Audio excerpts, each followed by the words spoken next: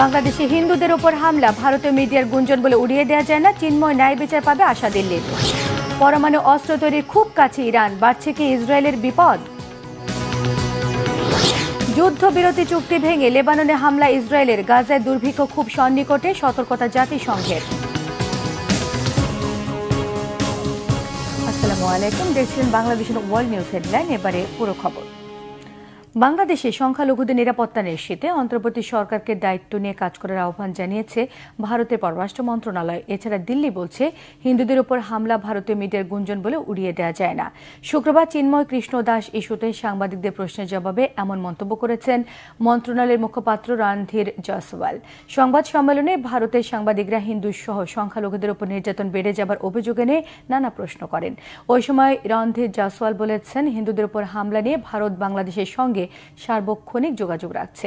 হিন্দুদের উপর হুমকি এবং হামলার বিষয়টি বাংলাদেশ সরকারের কাছে জোরালোভাবে উপস্থাপন করেছে ভারত। বাংলাদেশ সরকারকে সংখ্যালঘুদের নিরাপত্তা নিশ্চিত করতে হবে, এটি ভারতের স্পষ্ট বার্তা। এছাড়া চিন্ময় দাসের বিরুদ্ধে চলমান আইনি প্রক্রিয়া স্বচ্ছ এবং ন্যায় বিচারের ভিত্তিতে হবে বলে আশাবাদ ব্যক্ত করেছেন রণধীর জয়সওয়াল। রাষ্ট্রদ্রোহের মামলায় বাংলাদেশ সম্মিলিত সনাতন জাগরণ জোটের মুখপাত্র ও পৌণ্ডরিক ধামের অধ্যক্ষ চিন্ময় কৃষ্ণ দাসকে গ্রেফতারের পর থেকে প্রতিবাদ জানিয়ে আসছে ভারতের বিভিন্ন সংগঠন। এরই অংশ হিসেবে গতকাল কলকাতায় বাংলাদেশ উপ হাইকমিশন ঘেরাও করতে সেখানে যাওয়ার চেষ্টা করে হিন্দু মহাসভা। ওই সময় পুলিশের সঙ্গে হিন্দু মহাসভার সদস্যদের ব্যাপক ধস্তাধস্তি হয়, আহত হন এক পুলিশ সদস্য। বিস্তারিত মীর ফজলে রাব্বির ডেস্ক রিপোর্টে। গ্রেফতারের ঘটনা ঘটল বাংলাদেশে, আর সেই ইস্যুতে বিক্ষোভ সংঘর্ষে জড়িয়ে পড়লেন ভারতীয়রা। কট্টর হিন্দুত্ববাদী সংগঠন হিন্দু মহাসভার সদস্যদের হামলায় আহত হলেন কলকাতার এক পুলিশ সদস্য।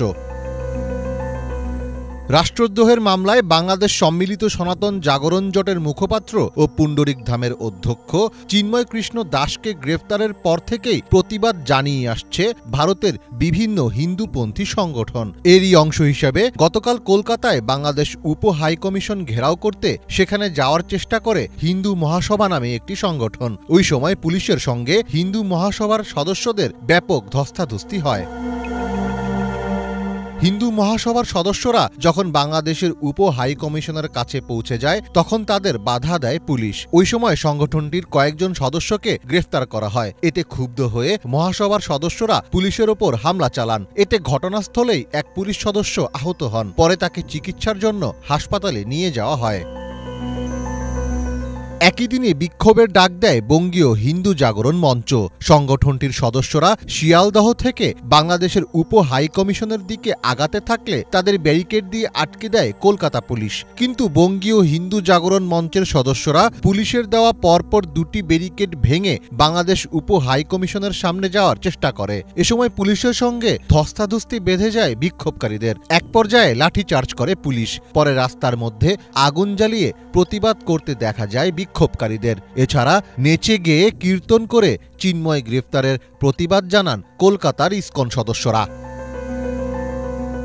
গত 25 অক্টোবর বাংলাদেশ সনাতনী জাগরণ মঞ্চ বন্দর নগরী চট্টগ্রামে সমাবেশ করে। চিন্ময় কৃষ্ণ দাস এই মঞ্চের মুখপাত্র। ওই সমাবেশে জাতীয় পতাকা অবমাননার অভিযোগে রাষ্ট্রদ্রোহ আইনে চিন্ময় সহ 19 জনের বিরুদ্ধে মামলা করা হয়, যার প্রেক্ষিতে গত 25 নভেম্বর রাজধানীর শাহজালাল আন্তর্জাতিক বিমানবন্দর থেকে তাকে গ্রেফতার করে গোয়েন্দা পুলিশ।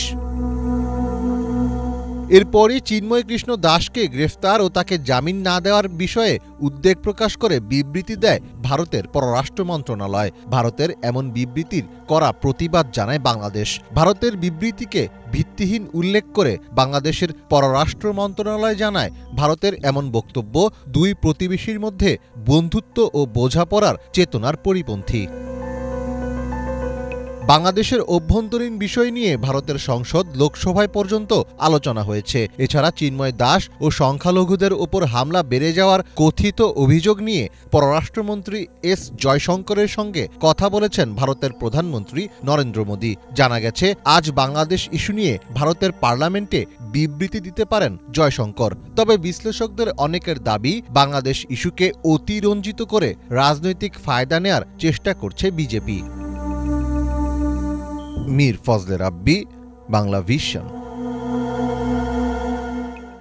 ইরানের বিরুদ্ধে বরাবরই সামরিক স্বার্থ পারমাণবিক কার্যক্রম চালানোর অভিযোগ করে আসছে পশ্চিমা দেশগুলো। সম্প্রতি নতুন আরও ৬,০০০-এরও বেশি পারমাণবিক সেন্ট্রিফিউজ বসানোর কথা জানিয়েছে তেহরান। এর মধ্য দিয়ে দেশটি পরমাণু অস্ত্র তৈরির পথে অনেকটুকু এগিয়ে গেল আশঙ্কা ইসরায়েল এবং তার মিত্রদের। অনেক বিশ্লেষকদের ধারণা এমন কিছু আঁচ করেই হয়তো লেবাননের সঙ্গে যুদ্ধবিরতি চুক্তি করে ইরানের দিকে পূর্ণ মনোযোগ দিতে চান ইসরায়েলের প্রধানমন্ত্রী বেনিয়ামিন নেতানিয়াহু। ডেস্ক রিপোর্টে বিস্তারিত জানাচ্ছেন হাফিজুল ইসলাম। পশ্চিমা দেশগুলোর পক্ষ থেকে ইরানের উপর নতুন করে আরও নিষেধাজ্ঞা আরোপ করা হতে পারে। এমন কিছু ঘটলে পরমাণু অস্ত্র তৈরি করা থেকে আর বিরত থাকবে না ইরান। বিষয়টি নিয়ে সতর্কবাণী উচ্চারণ করেছেন তেহরানের এক শীর্ষ কূটনীতিক। সম্প্রতি ইউরেনিয়াম সমৃদ্ধ করার কেন্দ্রগুলোতে আরও ৬,০০০-এর বেশি পারমাণবিক সেন্ট্রিফিউজ স্থাপনের পরিকল্পনা করেছে ইরান। জাতিসংঘের পারমাণবিক পর্যবেক্ষক সংস্থার এক গোপন প্রতিবেদনের বরাত দিয়ে এসব তথ্য দিয়েছে বার্তা সংস্থা রয়টার্স। এমন পরিস্থিতিতে প্রশ্ন উঠেছে, পরমাণু অস্ত্র তৈরির কতটা কাছে আছে ইরান? এতে করে কি আগের চেয়ে বাড়বে ইসরায়েলের বিপদ? মধ্যপ্রাচ্যে অঘোষিত একমাত্র পরমাণু অস্ত্রের অধিকারী দেশ ইসরায়েল প্রকাশ্যে বিষয়টি স্বীকার না করলেও সামরিক বিশ্লেষকদের ধারণা আরও আগেই পারমাণবিক অস্ত্রের মালিকানা পেয়েছে তেল আবিব। শক্তির দিক থেকে এগিয়ে থাকতে ইরানের মতো কোনো শত্রু রাষ্ট্র যাতে এই সমরাস্ত্র তৈরি করতে না পারে অথবা কিনতে না পারে সেই ব্যাপারে সবসময় সতর্ক থাকে ইসরায়েল। এর জেরে এবারও ইরানের পারমাণবিক অস্ত্রের অধিকারী হওয়া ঠেকাতে সবকিছু করবে তেল আবিব, এমন হুমকি দিয়েছেন ইসরায়েলের প্রধানমন্ত্রী বেনিয়ামিন নেতানিয়াহু। বড় বড় কথা বললেও আন্তর্জাতিক অপরাধ আদালতের গ্রেফতারি পরোয়ানা পাত্তা না দিয়ে কতদিন টিকবেন যুদ্ধবাজ এই নেতা? লেবাননে যুদ্ধবিরতি কার্যকরের পরপরই ইরানের দিকে নজর দেবে ইসরায়েল। কিছুদিন আগেই এমন ইঙ্গিত দিয়েছিলেন বেনিয়ামিন নেতানিয়াহু। যুদ্ধবিরতি চুক্তির প্রতিক্রিয়ায় ইরানের ইসলামিক রেভলিউশনারি গার্ডসের commander major general Hossein Salami জানান, এর মধ্য দিয়ে কৌশলগতভাবে জয়ী হয়েছে লেবানন আর পরাজয়ের তিক্ত স্বাদ পেয়েছে ইসরায়েল। আইআরজিসির বরাতে এই খবর দিয়েছে ইরানি বার্তা সংস্থা মেহর নিউজ। কয়েকটি ফ্রন্টে লড়াই চালাতে গিয়ে কঠিন বেকায়দায় পড়েছিল তেল আবিব। অনেক বিশ্লেষকের ধারণা সেই পরিস্থিতি থেকে বাঁচতেই যুদ্ধবিরতি মেনে নিয়েছেন নেতানিয়াহু। তেহরানের পারমাণবিক কর্মসূচি নিয়ে ইউরোপের বিভিন্ন দেশের সঙ্গে আলোচনা শুরু করছে ইরান। এর মাঝেই অতিরিক্ত সেন্ট্রিফিউজ স্থাপনের ঘোষণা দিল দেশটি। বর্তমানে ইরানের দুই ভূগর্ভস্থ কেন্দ্র নাতাঞ্জ ও ফার্ডোতে এবং নাতাঞ্জে মাটির উপরিভাগের একটি পাইলট কেন্দ্রে 10,000-এর বেশি সেন্ট্রিফিউজ আছে। নতুন করে আরও 6,000-এর বেশি সেন্ট্রিফিউজ স্থাপনের ঘোষণা পশ্চিমা শক্তি ও ইসরায়েলের জন্য হয়ে উঠেছে অস্বস্তির কারণ। ইরান সবসময় বলে আসছে পারমাণবিক অস্ত্র তৈরি করার কোনো ইচ্ছে নেই তাদের। পরমাণু অস্ত্রের বিরুদ্ধে ফতুয়াও জারি করেছিলেন দেশটির সর্বোচ্চ নেতা আয়াতুল্লাহ আলী খামেনি। তবে এসব কথা মানতে নারাজ পশ্চিমা শক্তিধর দেশগুলো। তাদের দাবি, পারমাণবিক বোমা তৈরি করা ছাড়া কোনো দেশ 60% পর্যন্ত পরিশুদ্ধ ইউরেনিয়াম জমা করে না। এই ধরনের ইউরেনিয়াম সমৃদ্ধ করার অর্থই হচ্ছে পরমাণু সমরাস্ত্র বানানোর খুব কাছাকাছি আছে ইরান। তবে সত্যিকার পরিস্থিতি যেমনই হোক, তেহরানের চোখ রাঙানিতে আরও বাড়বে নেতানিয়াহুর দুশ্চিন্তা। হাফিজুল ইসলাম, বাংলা ভিশন। যুদ্ধবিরতি চুক্তি লঙ্ঘন করে লেবাননের অন্তত 6টি স্থানে গুলি এবং রকেট হামলা চালিয়েছে ইসরায়েলি সামরিক বাহিনী। লেবাননের খিয়াম গ্রামে প্রবেশ করেছে 4টি ইসরায়েলি ট্যাঙ্ক। গোলা হামলা হয়েছে মারকাবা এবং তালুসা শহরে। ইসরায়েলি বাহিনীর দাবি, সন্দেহভাজন কয়েকজনকে লক্ষ্য করে হামলা চালাতে বাধ্য হয় আইডিএফ। এরই মধ্যে গাজায় হামলা চালিয়ে অন্তত 33 ফিলিস্তিনিকে হত্যা করেছে নেতানিয়াহু বাহিনী। নিরাপদ পানি এবং খাবারের অভাবে উপত্যকাটিতে দুর্ভিক্ষ খুবই সন্নিকটে বলে সতর্ক করেছে জাতিসংঘ। শহীদ আরাফাতের ডেস্ক রিপোর্ট। যুদ্ধবিরতি চুক্তির সব নিয়ম ভেঙে ফের লেবাননে হামলা শুরু করেছে ইসরায়েলি বাহিনী। লেবাননের সীমান্তবর্তী বেশ কয়েকটি শহরে গুলি ও রকেট হামলা চালিয়েছে তারা। খিয়াম গ্রামে মোতায়েন করেছে 4টি ট্যাঙ্ক। গোলা হামলা চালিয়েছে লেবাননের মারকাবা এবং তালুসা শহরে। এতে বাড়ি ফিরতে চাওয়া লেবাননবাসীর মধ্যে আতঙ্ক ছড়িয়ে পড়েছে। ইসরায়েলি বাহিনীর দাবি, সন্দেহভাজন শত্রুপক্ষকে লক্ষ্য করে এসব হামলা চালায় আইডিএফ। পরিস্থিতি খারাপের দিকে যাওয়ার শঙ্কা করছেন বিশ্লেষকরা।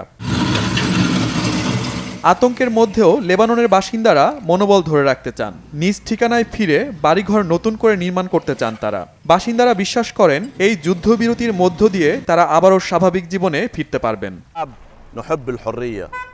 যুদ্ধে আমাদের সবার কম বেশি ক্ষতি হয়েছে।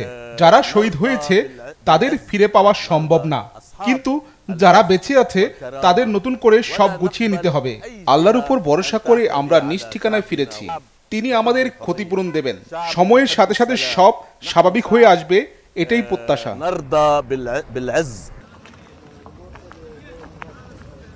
শুধু লেবাননে নয়, এখনও নিয়মিত হামলা চলছে গাজায়। এরই মধ্যে কমপক্ষে ৩৩ ফিলিস্তিনিকে হত্যা করেছে নেতানিয়াহু বাহিনী। আহত হয়েছে ১৫০ শতাধিক। এ নিয়ে এক বছরের বেশি সময়ে নিহত ফিলিস্তিনির সংখ্যা ৪৪,৩০০ ছাড়িয়েছে।